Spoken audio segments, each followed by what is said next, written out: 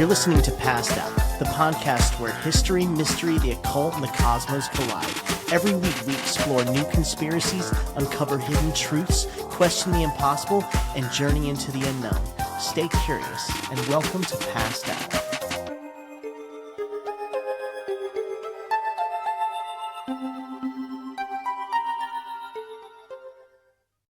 Welcome to Passed Out. I'm Josh. I'm Arash. And yee, I'm Rob. Good call. Good call on the yee. Bringing it back. We're taking it back. Taking it all the way up. Highway Robbery 5. So tonight, we're going to have a discussion about Nirvana and whether or not, the kind of two sides of Kurt killing himself, or was he killed? If you guys want to take it away. Yeah, let's join go. the audience. Let's go over Kurt Cobain. I mean, obviously, he's like the Ozzy Osbourne of grunge. Right from the start. I mean, Kurt wasn't like doing lines of ants off the sidewalk. I know, but I'm talking about fame. Yeah. Okay. When you think of grunge, you think of Kurt Cobain. Yeah, just sure. You think of like that style of metal. You think of Ozzy and Black Sabbath. Yeah, it's just a different kind of excess, is what I'm saying. Right, but they both partied hard. He was born in Aberdeen, Washington. Around the time he was 7 or 9, there's conflicting reports about. I think his parents separated at 7 and then officially divorced when he was 9. And he kind of bounced back and forth. He always preferred his mom because his dad remarried, had a son with his new wife, and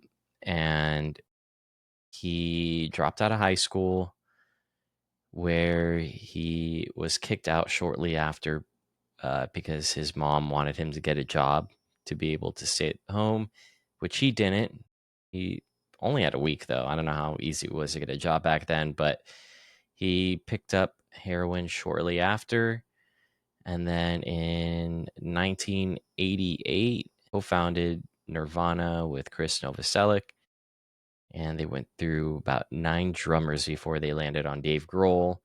Some of those drummers included 2 stints from the Melvins drummer filling in during that time. But by the time they found Dave Grohl, they found someone that could hang with them, that kind of had the vibe that they were looking for, and obviously the talent. Needless to say, they had major success. He met Courtney Love and Grohl around the same time, and they got married. Well, they had the same friends. Yeah. I mean, imagine all the talent in the Pacific Northwest at that time. You know, you got Melvins, you got Nirvana, you got Soundgarden, you got Pearl Jam, Alice in Chains. It's just that's a lot of talent. Probably the worst smell too. Come on, man. Like, grunge was like a whole different, like, dirty side of hippie. Like, I don't know. I felt like did you guys ever have like Jinkos? Do you remember like the bottom of your Jinkos? Yeah. Like how they were like frayed, but also like the dirtiest, like just gross. Like, I don't know. Jinkos evolved from grunge, and then by the time I was in middle school, it was more of like a raver kind of. Yeah, but early warehouse 2000s. raver. Yeah, it was like the raver kids. Yeah, I had orange ones that I would like zip into shorts. I miss those. Those probably are going to make a comeback soon. Give it about 10 years, 5 years. I think you're closer to it than that. I kind of feel like they're about to make a comeback. Because loose jeans are coming back too. Yeah. I see all the kids wearing them. It's weird. Sydney Sweeney, great jeans. I'm surprised we haven't talked about that yet. I have no problem with it. I think it's hilarious. And even if they meant it as like a subtle thing, it worked. They're selling jeans. And she does have great jeans. Not because they're Aryan jeans, but she's a conventionally beautiful woman, and no problem celebrating that. You know? Why not? Why not have a hot chick promote your jeans? And then you have not hotter than Courtney Love. Yeah. Poor Courtney was dealt a bad hand. Courtney was hot, dude. She was, yeah. But she was like the hottest, like, She was a meat magnet, like 100%. She was with Billy Corgan before Mm-hmm. Cobain, right? Mm-hmm. Billy Corgan is like the Dave Mustaine of grunge. I feel he's so bitter about everything, and like He's every just time bitter I about remember hearing Courtney. him on Howard Stern, and he just was like, "Yeah, I did this before Kurt did it." Blah blah blah blah. It's like, dude, you're a legendary band. Be happy with what you have. It's wild. But in April 5th, 1994, is it 1994? I believe. Yeah, so Yeah. that was, well, he was found April 8th, 1994. And it was officially ruled a suicide by the Seattle Police Department and the King County Medical Examiner based on a comprehensive forensic investigation. They determined he passed away April 5th due to the toxicology reports. But yeah, there's obviously been some controversy. What were you gonna say about that? They like immediately ruled it as a suicide. Yeah, because it was It open it, and it, wa- shut.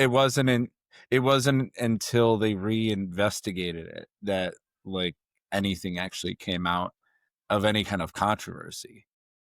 But like they were when they tried to reopen it again, the FBI actually like dropped it, and they're like, no, like that's a state and local thing. That's not a federal thing. Right. And they wouldn't even touch it because the state and local authorities had already ruled on it, even though they didn't really do the due diligence. Like there was like instances where like multiple detectives had been in and out of the crime scene according to multiple sources, but the main source I'm pulling from is Marcus Parks of Last Podcast on the Left. And he has an excellent series called No Dogs in Space that specializes in stuff like this. But the way that because they saw the shotgun in the position it was, they had made that determination. There was like notes in the report about a having to breach the door because of like a stool or something, like in the way when it was like a decorative stool you couldn't even sit on. It had like more legs than it should or something. But it wasn't even in the way. It was like on the other side of the room.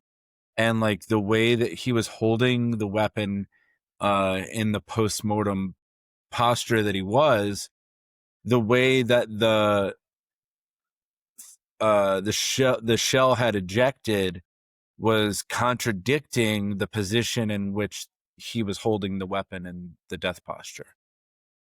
From what I've seen, the King County report and the Washington State examination, everything was consistent from their reports. And then they had in 2014, on the 20th anniversary of it, they reopened it. They developed some film, and Yeah. it pretty much confirmed everything that they were looking for. So they have like gone back into it. And Well, no, I'm saying that was like the second time they went back into it. And that was more of like a let's see if we missed anything kind of a thing. yeah, When they like what if they had conducted the investigation properly from the start rather than making assumptions right off the bat, maybe there could have actually been actual investigation done. But then if they did that, we wouldn't be able to sit here and talk about it. So yeah. So there were uh the one of the main things that struck me was that because he was found in a greenhouse, right, like a greenhouse mhm. type place, Yeah, and and like the loft. yeah, so he had there what it was locked from the inside, and then there was a chair that was locking, where that was basically stationed to prevent anybody to even unlock the Like door and come in easily. kicked up against it, just like kind of at an angle. Yeah, The and classic so movie block a door trick.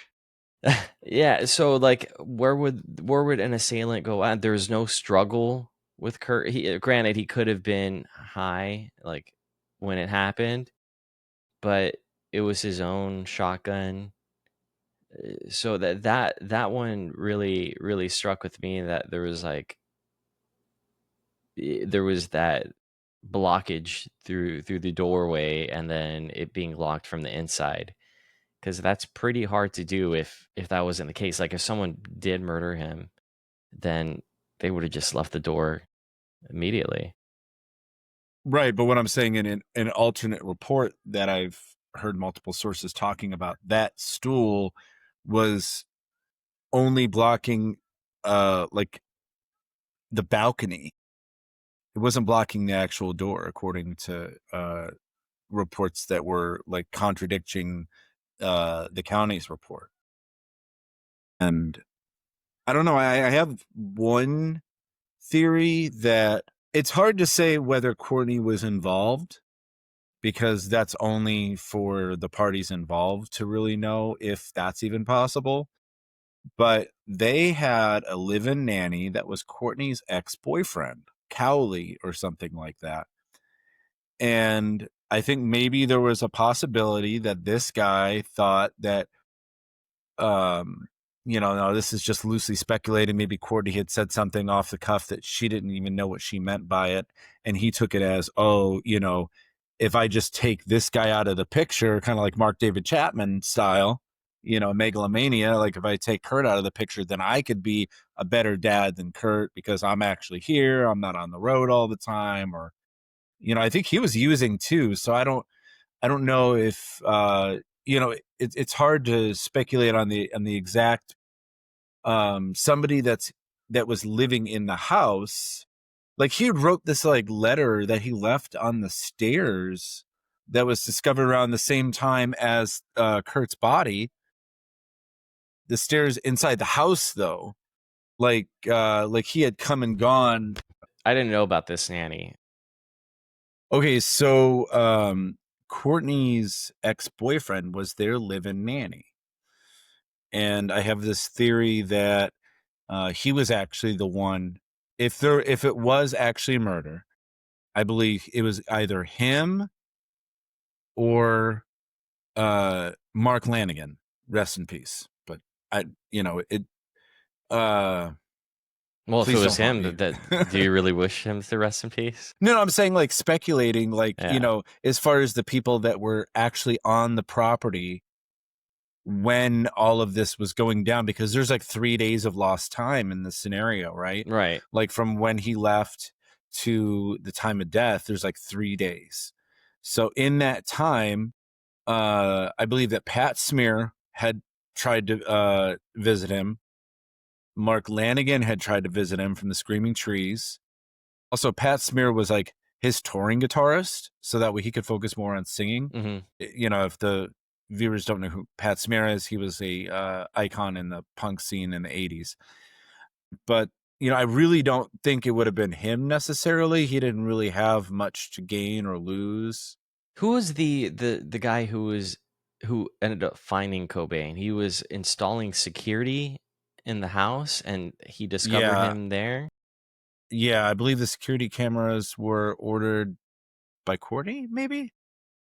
So that So honestly it's, is a little fishy, because exactly. but Not he only bought the that, shotgun for the same reason, right? He bought the shotgun right before he went for to security. rehab.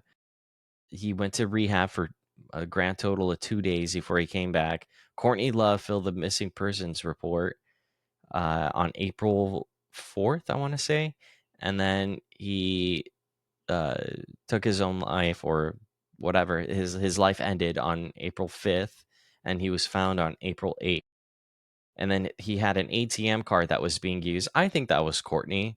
They're married. They're going to use each other's card. That my mom did that all the time with my dad. Yeah, That's nothing that really. was the next Yeah. thing. Yeah. Like there was that, and that's kind of like, like who knows what really happened there.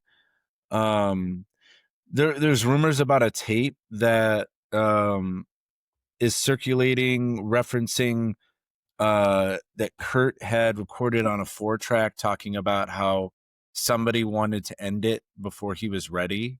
Like whether he was talking about his career, whether he was talking about his life, it's unclear. Well, he But was ready to end his career. well, he was getting ready to go record with the guy from Pearl Jam in Atlanta. That's why he left, apparently. So He like a was Temple of the Dog thing, but with Kurt Cobain. Mm-hmm. Okay. But he was done with touring. He did not like fame. He didn't expect to Yeah. get in that position ever.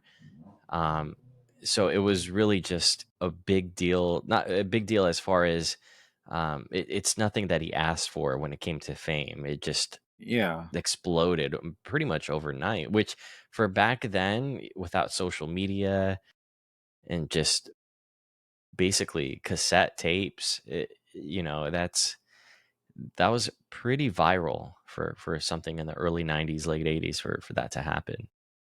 It could have been the label trying to make it look like it was Courtney too, because they had just as much or more to lose from him not doing music anymore. And there's plenty examples of especially in the 90s, of artists dying that were having problems with their labels and their contracts. Look at Tupac, look at Biggie, look at wasn't Amy Winehouse having similar issues when she passed away? Yeah, but wasn't Nirvana's contract coming to an end anyways with In Utero and then the release of the Unplugged album? I'm pretty sure the Unplugged album was the one that completed their contract. So by taking him out, it really doesn't affect I anything. mean, It is weird that unless they wanted him to renew. Yeah, but then you ensure that never happens. Yeah, I don't know, man. It's just a weird circumstance, It is weird that Courtney somehow got the rights to Nirvana's music, but it never really was. Maybe They were married. in the beginning, Dave Grohl and Chris may have cared, but it seems like they have no suspicions of it being a murder themselves, and even Kurt's mom doesn't think anything fishy happened. Yeah, I mean, even she verified his handwriting in the letter, but I think if it was Courtney, like, I'm not saying it is, there's no way to know, especially not being a detective or anything, but there was the aspect of Buzz Melvin, like Kurt and Buzz were really close. They grew up together in Aberdeen, and there was a statement made by Buzz Melvin saying that he didn't think that it was news to him that anything like that was going on with Kurt, because they would have roasted him for it for years. Like, he would have remembered that. And Buzz seems like a guy that's relatively sober, would seem to remember quite a bit. He's got a long time in the industry, and is still managing to keep some kind of relevance, even how many years after Stoner Witch was released, and that was probably the only album I've ever really heard of, except for Houdini, or the one that Houdini was on. Well, the thing with mental health, though, man, is I've unfortunately you can mask, knew sure, some people that took their own lives, and that you some grew of up them with, that it was certainly new. showed it. Some of them didn't at all. It was complete shock. Yeah, no, that and that is that very well could be part of it. But I was just saying, like, if Courtney was responsible, it's very likely she could have reused the letter from Rome, because he wrote a letter in Rome. I don't know if they even have a copy of that. Was that the letter that she talked about in the Rolling Stone interview a few years later, where she hinted that there was a second letter? Because she mentioned a second letter in a Rolling Stone interview that kind of sparked the speculation of it being something else. Honestly, I wouldn't be able to know that, because it's been so long since I read that article. Do you know what the first note I remember said? the article. I just don't remember what was said in the article. Do you know what the other note said, or the note you're referring to? I only know the brief details about it being like possibly written by two different people, or and things like that. I never actually read the letter itself. Oh, you're talking about the main letter that Courtney read at the funeral. The one from, like, when he actually passed. Yeah. Yeah. Um, I did used to have his journal, which is really fucking morbid. Somebody gifted it to me, probably in like 2005 or something like that. But most of that was drawings and stuff. yeah, You can't really base somebody's mental health off of stuff like that. Like, it's not like that's just a creative person's, like musings. right. Now, Uh, for jumping back to the Rome thing, for those listening that don't know about this, in a couple months prior, or maybe a couple weeks prior, they took a trip to Rome. Him, Courtney Love, and some others, and they were touring in Europe at that time, I believe that's and true. they spiked their champagne with heroin, right? Was it heroin or some sort of opiate? And him and Courtney took the same thing, but she may have had a higher tolerance, or he took a way bigger dose.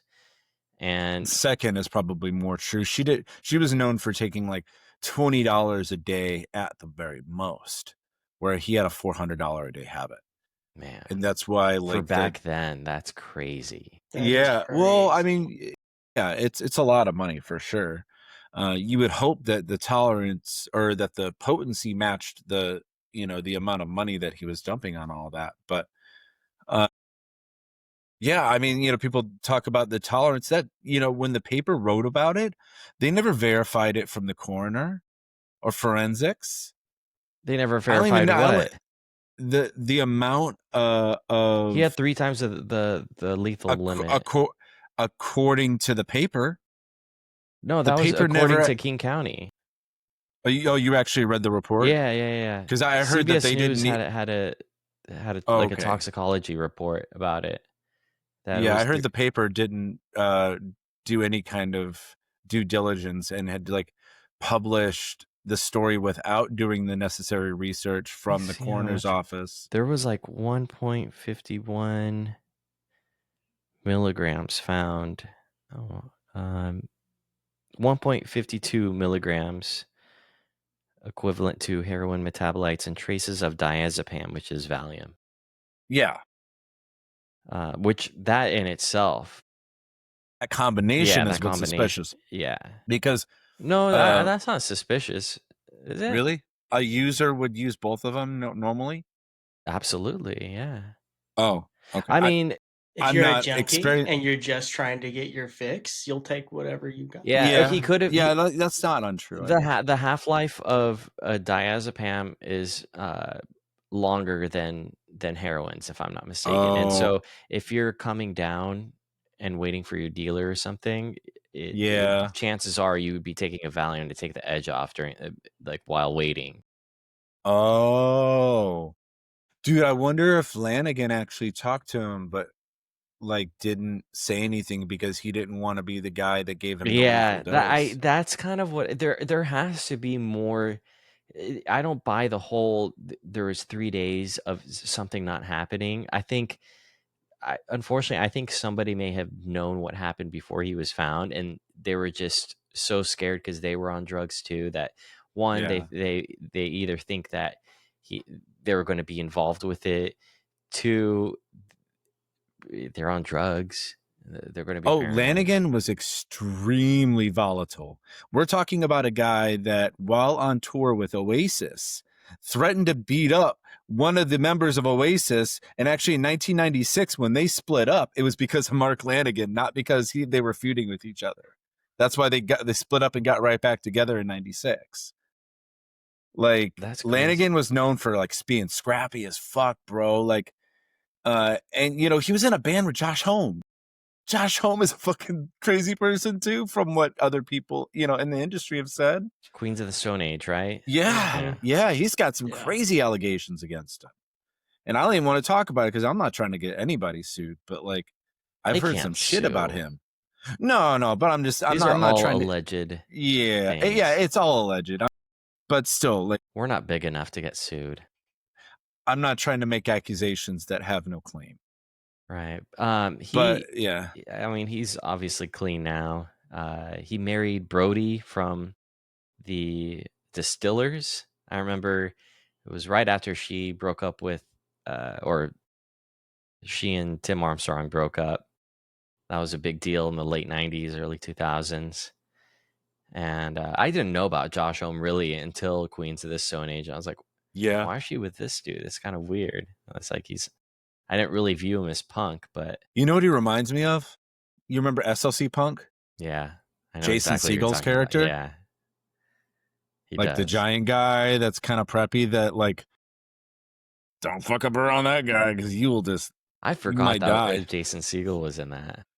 Dude, he's a big motherfucker too. He is. He's a really big guy. He must have been really young during that movie. That movie was like, what, 97, 98 when it came out? Mm-hmm. Who do you think's taller, him or John Mayer? Jason John Mayer Segel. is like a, you think so? Yeah. Have you heard about John Mayer just being like super into anal? No, I like him as a guitar Speaking of player. alleged I don't know things, anything more about he's him like a as a big person. anal fan. Oh, like receiving or giving or both?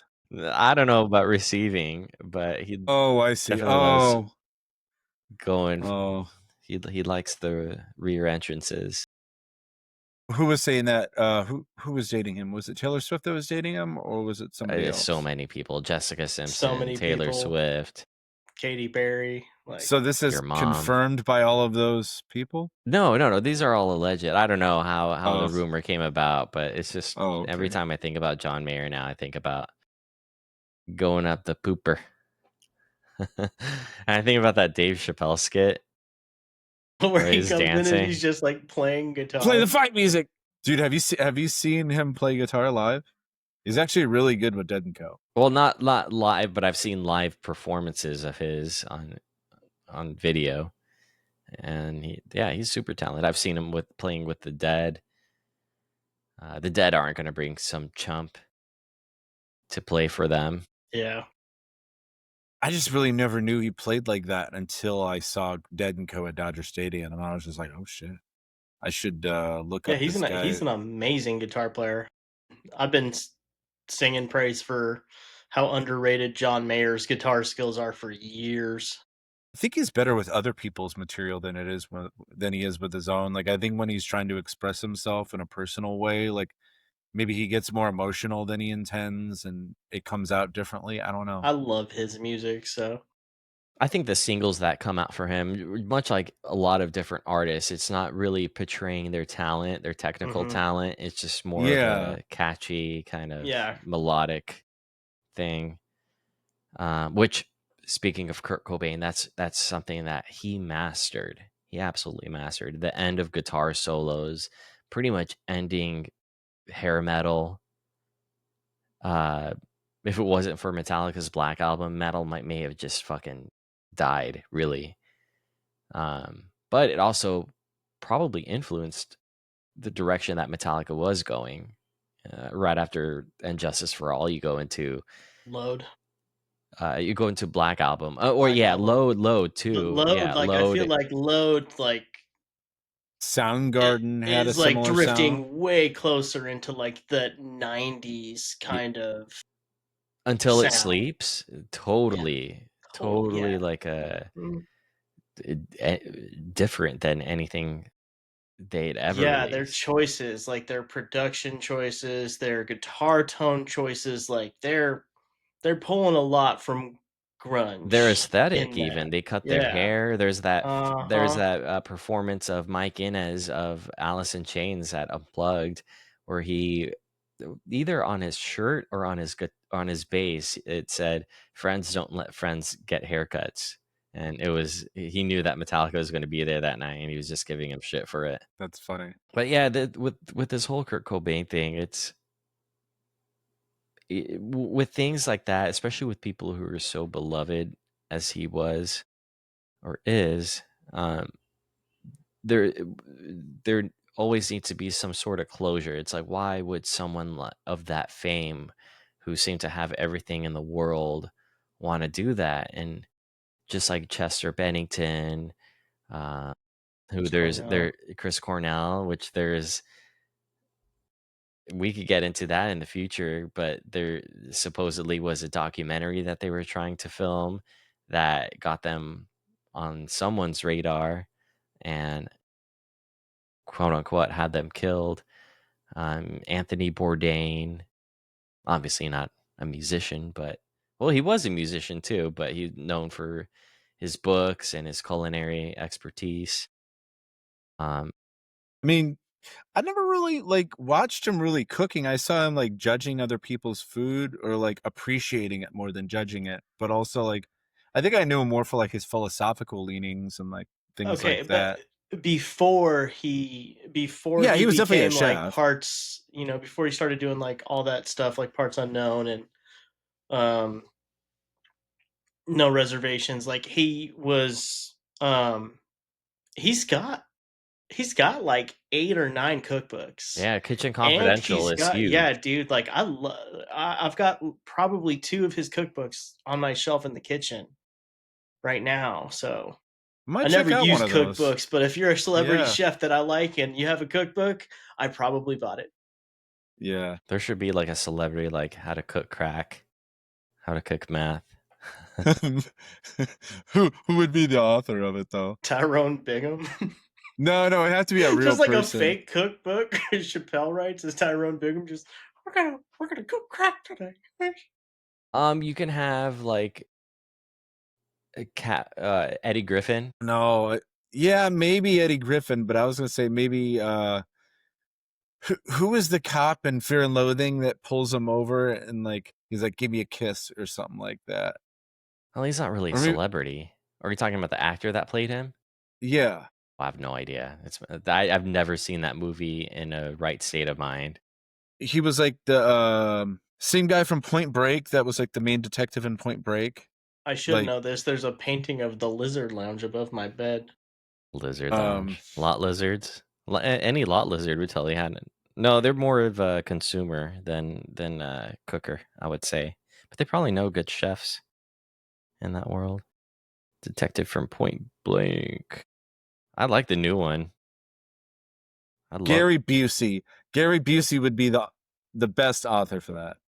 I don't know how I didn't think of Gary Busey. I can't deny that. Mickey Rourke would be another good one. Oh, dude, they could Oh, co-write it. Yeah, the amount of grease in both their hairs. You Or could, and on their skin. yeah, or my main roommate from Dallas. He yeah, could probably write it. yeah. He showed me some stuff. Oh, that's cool. Crack looks like cottage cheese. It's a really weird texture when you see Not it if up you make it close. in the oven. If you make it in the oven, it's a little If bit you make it different. on the stove, it looks like cottage cheese. I think And the so. But that's oven, before it like dries out. I've never really seen it like that in person. I've only seen the oven method in person. and Don't do crack, kids. no, no, stay Yeah, away. before YouTube cuts us, let's reel it in. Sorry. Let's not teach kids how to cook crack, guys. Come on. It'd be like that time Tyrone Biggums went to the classroom to do the anti-drug speech and ended up teaching the kids a whole bunch of shit. I was not trying to derail us with this guy. I can't believe how deep we You can went always on cut such it a out, fucking dude. It's throwaway fine. joke. We could just go like 5 minutes longer. You could just cut it out, dude. That's all right. We'll test it out. This is all a critique of that culture, and we obviously don't want anybody to do that because it is going to lead you down to a bad path. Yeah, it's gross. What are you doing? Get your butt back in the... Come on now. Sorry, my son's being bad. I don't know where my girlfriend is. You're good. We can. If you, how? Oh no, it's not Have you guys dire. covered everything? I think so. So like my case against Courtney, there was really only 3 points. You know, if there was any possibility, these would be the things that would play into it. She didn't connect with Kurt until after Nevermind, after he had some type of notoriety. Although they did kind of connect before that, but it was like a very long-winded thing. He kept avoiding her. Yeah. She was the only person that claimed that he was prone to self-harm. Everybody else, you know, was like oblivious to it. Although he was a drug user that used one of the more harmful substances. And then, her boyfriend was her ex-boyfriend was the live-in nanny. There's just like, there's a lot of potential, but without a proper investigation, there's no way to really fully, get beyond speculation. Um, however sad it is, it's probably more probable that Arash is probably more correct when, he just was sick of the fame, felt trapped. He never wanted that. He felt like he couldn't go and do anything, and he was already shutting himself away. He probably didn't have a lot of tolerance for that part. Now, when Courtney and Kurt met, it was projected that she was going to be the one to be super famous and not Nirvana. But she was infatuated for like a year before they got together. And then it was her idea to have the prenup. Yep. And I heard that she tried to get it undone, but I don't know how true that is. Another thing though is that, and I don't know where this potentially ties in, but there were reports of Kurt looking for a lawyer, for an attorney, to divorce Courtney Love right around that time, and he changed his will, but he never got to sign it. So that's like that's one thing that kind of makes me look at it twice. But he could have just been mad with her, and backstage before a show, been like, "Let me just call my lawyer real quick and see if they can make this change before I forget." She very well could have just been pissing him off, but who knows? She was also trying to get him to ask for more money from Nirvana because they were splitting it evenly, equally, 3 ways. And to her point, though, he was writing a lot of the lyrics, the main melodies, and they were putting their parts on top of it. So it's kind of it's kind of like a Yoko Ono thing in a way. Yeah, it's possible. Let me speak on copy, just like royalty splits for a second in bands. And look, modern age, this is why there's like most bands are like 1 or 2 guys and a bunch of hired help if they go on tour. But back in the day, it was, you had better splits between the band because it was just easier to do it that way. So it was also harder to keep track of everything when everything was on paper. In like the 60s and 70s, coming out of these like small studios and stuff like that. So nowadays it's a lot easier because you register everything with these companies to split it however you want. But like, if you want to, and I feel like if you want to avoid issues with your bandmates and try and hold longevity with your bandmates, I feel like even is probably the way to go. Because if you go like 60-30 forever and you just keep getting richer and they're like kind of barely making it, maybe, I don't know. I feel like that creates like complications that could eventually split your band up. Yeah. Unless it's super obvious that you're not pulling your weight. But if they're writing their own parts and contributing to the overall song, I kind of feel like that is what it is.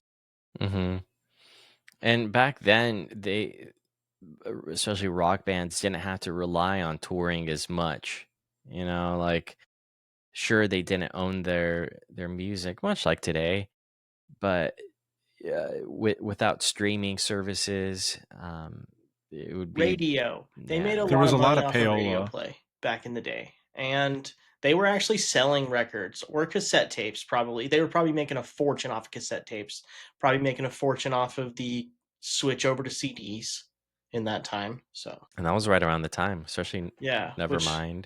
I think a band could make a lot more money and split it, a lot easier than you make money from music today. Like, streaming doesn't pay shit. So unless you're a big enough artist to actually be selling units, and like it's just a way to get your streaming music out there shifted so you can things sell heavily. stuff.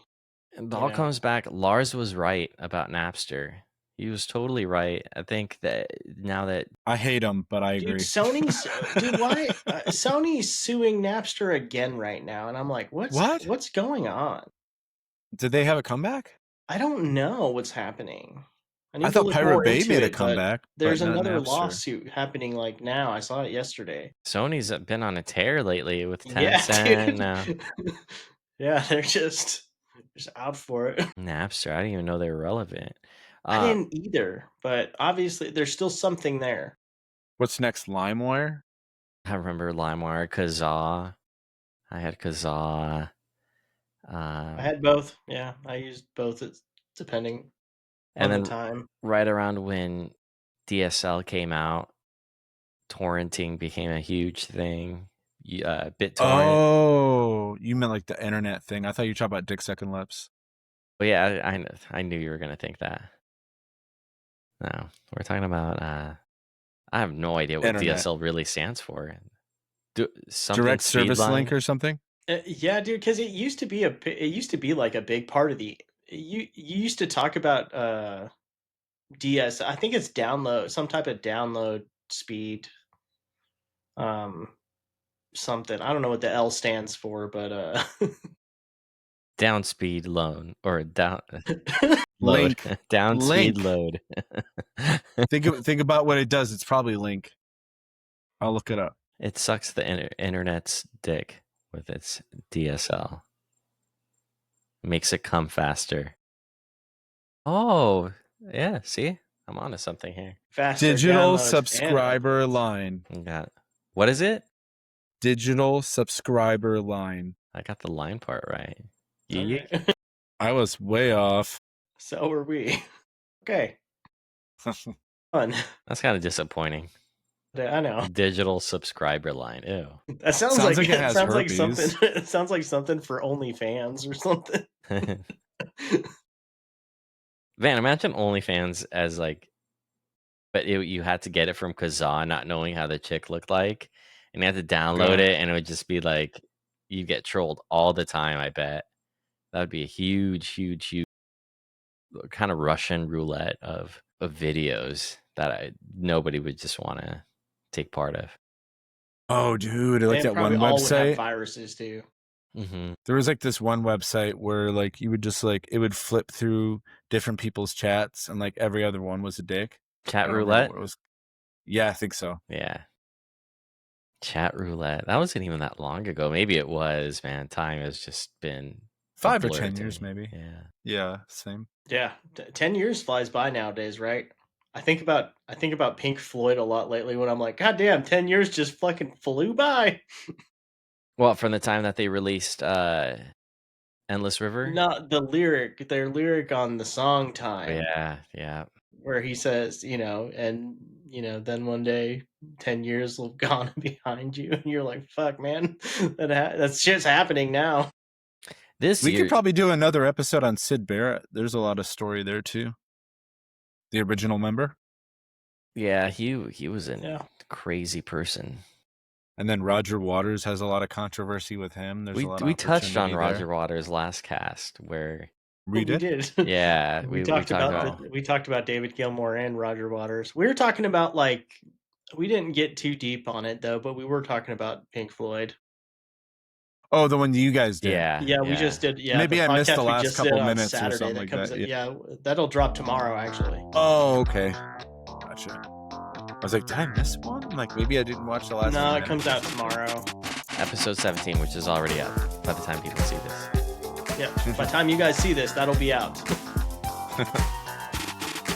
All right, well, I think that's it for this episode, guys. So, thanks for joining. Stay curious, and we'll see y'all later. Bye. Hey.